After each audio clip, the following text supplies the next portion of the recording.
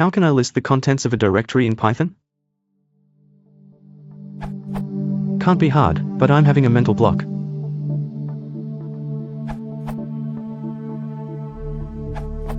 glob.glob or os.lister will do it.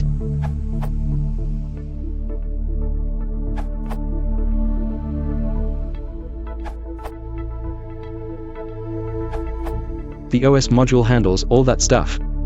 os.listdir path to return a list containing the names of the entries in the directory given by path. The list is in arbitrary order. It does not include the special entries .o and, even if they are present in the directory. Availability, Unix, Windows.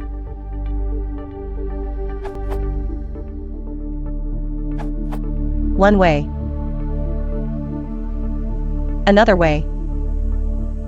Examples found here. The glob.glob method above will not list hidden files.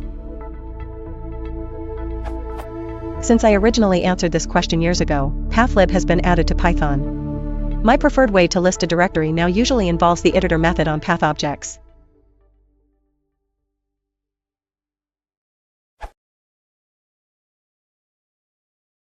Research for Python.